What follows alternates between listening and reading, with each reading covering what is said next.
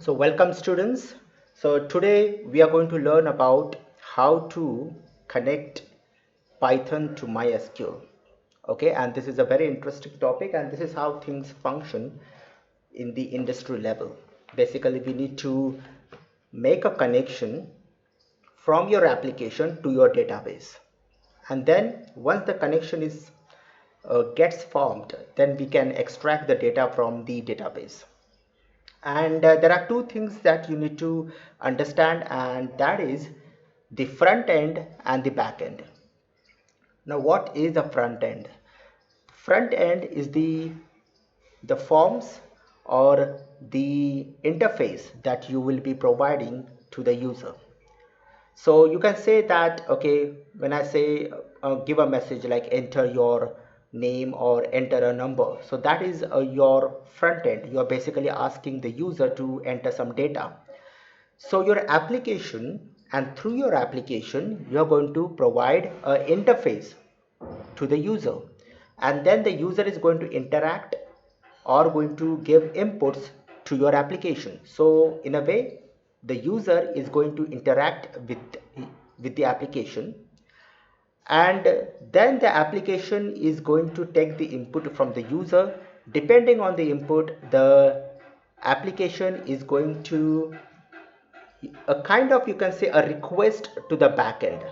Now what is a backend?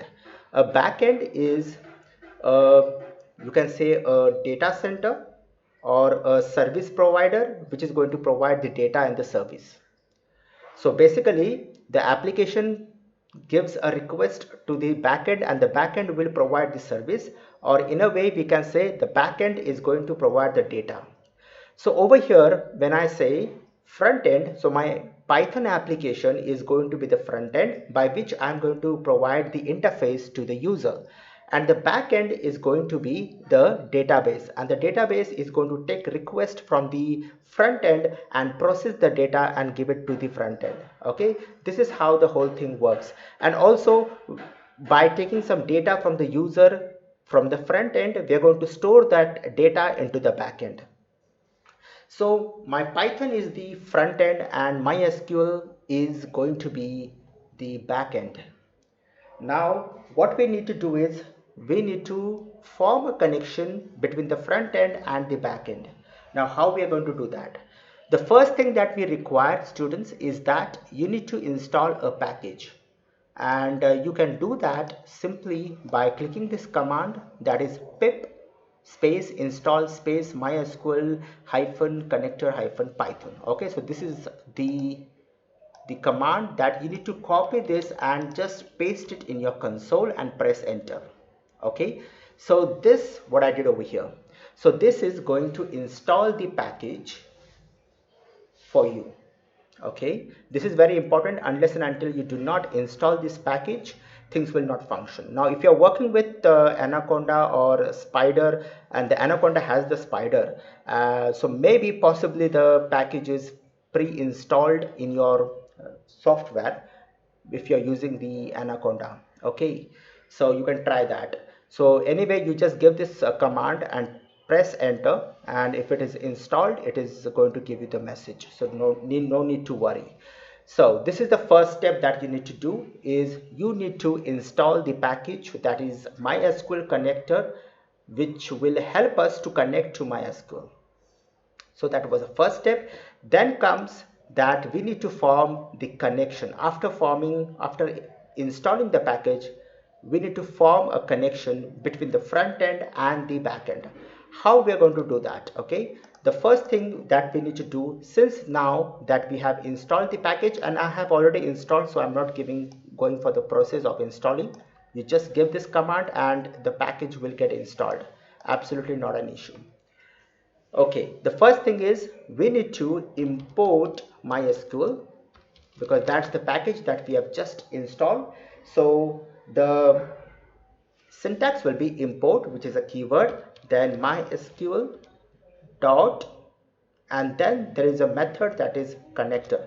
Okay, so this is actually a module, not a method, and you can give this name as connector. So this is your name, you can give any name. Okay, I have just shown you in one of my video how you can install the packages and how you can include the modules and the packages in your application by just giving some alias name to it.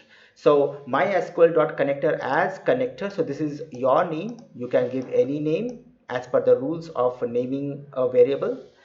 So that's the first step that we need to do, is import mysql.connector, that's a module, as connector. Then what we need to do is we need to form a connection. Now the second step is the most important step, and that is my connection.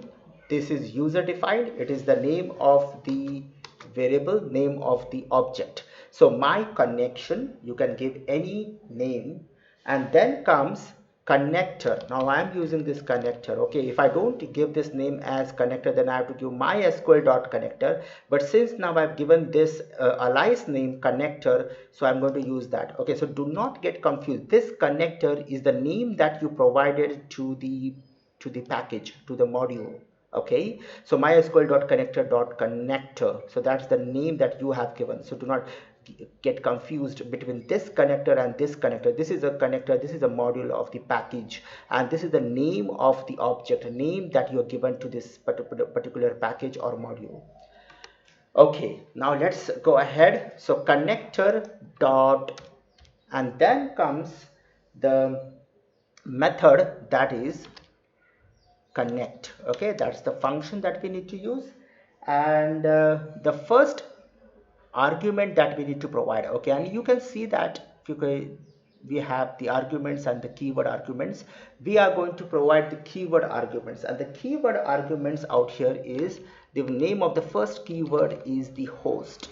Okay, so host is going to be my local host, and that's by default host that comes with MySQL. When you have installed MySQL, that's the default host. Okay, and we are not going to go deep into all this because that's the out of scope of the syllabus. So we can create many hosts as such, but by default we have local host, then give a comma, and then the next keyword that we have is the user. So user is going to be the root user. Even the root user is the default user for your MySQL. Okay, then comes the password, that is passwd. Okay, that's the name of the keyword. So password is the password that you have set. Now I have set the password as Ajay, that's it. Okay, so you need to remember what exactly the password that you have provided for your MySQL. Okay, so that's the password. If you do not give the correct password, the connection will not form. Okay, that is very, very important. And then what we need to do is we need to have one more keyword, and that is the database. Which database in that particular route that you have created? You might have created many databases, but which database you want to use? So I will say the name is Sunbeam, and you can remember that this is the okay, this is the database that I had created. Now I will just show you the database in the MySQL. So let me just switch the scene first, and yes, so now we are into the MySQL, and I will just use the database, that is Sunbeam. Okay, and now we have switched to Sunbeam, and if I say show tables, and these are the tables that we have inside the database, that is Sunbeam. So we have a database known as Sunbeam, and inside that we have these tables. Okay, so let's change the scene, and now the next step that we need to take is check whether the connection is formed or not. Okay, so please do not get confused with my connection connector, then MySQL connector. This is a package, this is the name I gave to the package. Then again there is a my connection, which is user defined. connector, that name that I gave to this package dot connect. This is the function, the method. Okay, so the next thing that we need to do is check whether the connection has been formed or not. So I will say my connection object, I will take that this one, and the function is connected. Okay, and give a colon, then I will say print, and I will say connection if it is successful. This is going to return either true or false. So if it is true, connection is successful. Okay,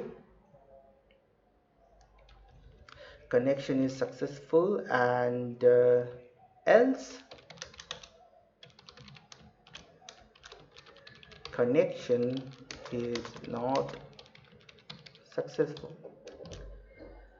And now let us test whether the connection has been formed or not. Okay, so if I run this, and you can see the message that we got is connection is successful out here. Okay, so connection is successful. So there was absolutely no problem if you provide the credentials properly. Now if I just make some changes in the password, I remove this AJA, that's it. Okay, now let me try to run this, and if I run this, it is going to give an exception, and that is access denied for user root, and that is because you have not provided the password, the correct password. So let us provide the correct password, and now if I run this, and you can see that the connection will be successful. Okay, so this is how you can do it. So be very careful about the keywords. So provide proper credentials, that is host is localhost, user is root, password is the password that you have set, and the database that you need to use. Oh, fine. Now the next thing that we need to do is, extract the data from the database. That's the step that we need to take. Now what we are going to do is, for extracting the data, we need to create a cursor. Now what is a cursor? A cursor is an object by which we can, collect the data basically. So what I'm going to do is, I'm going to say cursor. Now this cursor is the, or I should say my cursor is just the name. Okay, my cursor equal to, and then I will say my connection dot, and you can see the name of the function, that is cursor. Okay, so first thing is you need to have a cursor. Now using this cursor, we are going to access the data. We're going to fetch the data. Now how we are going to do that? Now the first thing that I need to do is, I need to, using this my cursor, okay, my cursor, I need to execute a query, and that is dot execute. Okay, this is going to execute a query. Now I will say select star from student. Now from this particular database, I'm trying to extract the data from a table that is student. And do we have a table that is student? And let me just check. You can see that there is a table that is student. Let me just, write the query, the same query, and check the data. So select star from student semicolon, and you can see that this data is there. Okay, so this is the data. We have 4 records.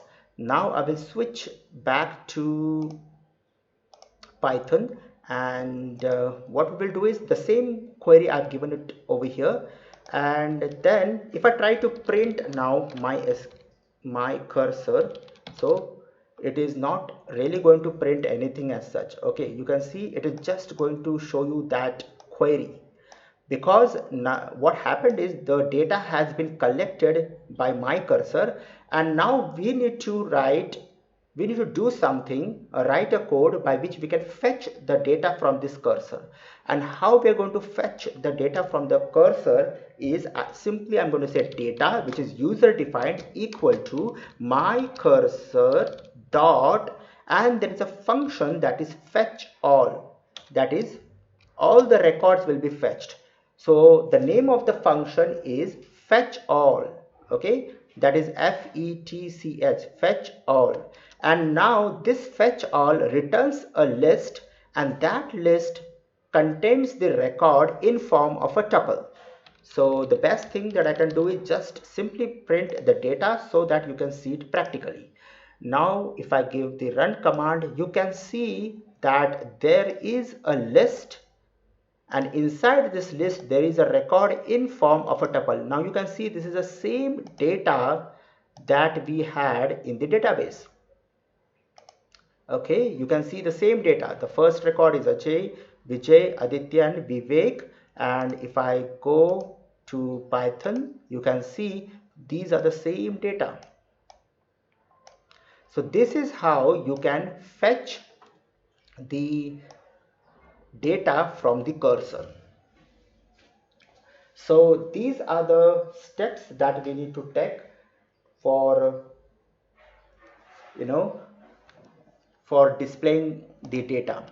And then once I have this in form of a list, so simply I can say for I in data, and then I can print I, and now this is going to print all the tuples, isn't it? Once we have the data in form of a list, then we can do our programming. We can do the way we want to display it, we can display it. So this is how we can do it.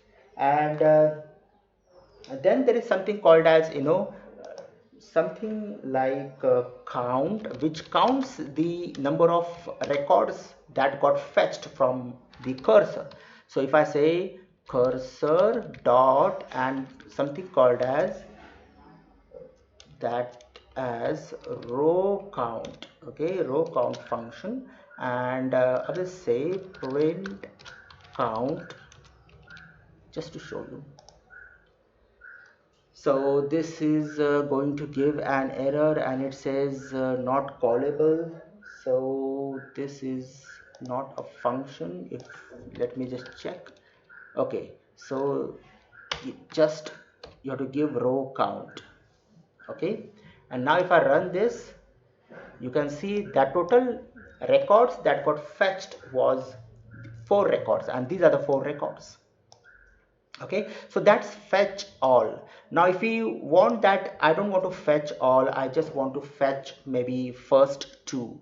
Okay, so what you can do, you can go for fetch many and provide the argument as 2. So this is going to fetch only 2 records. So if I run this, you can see 2 records got fetched, and these are the first 2 records.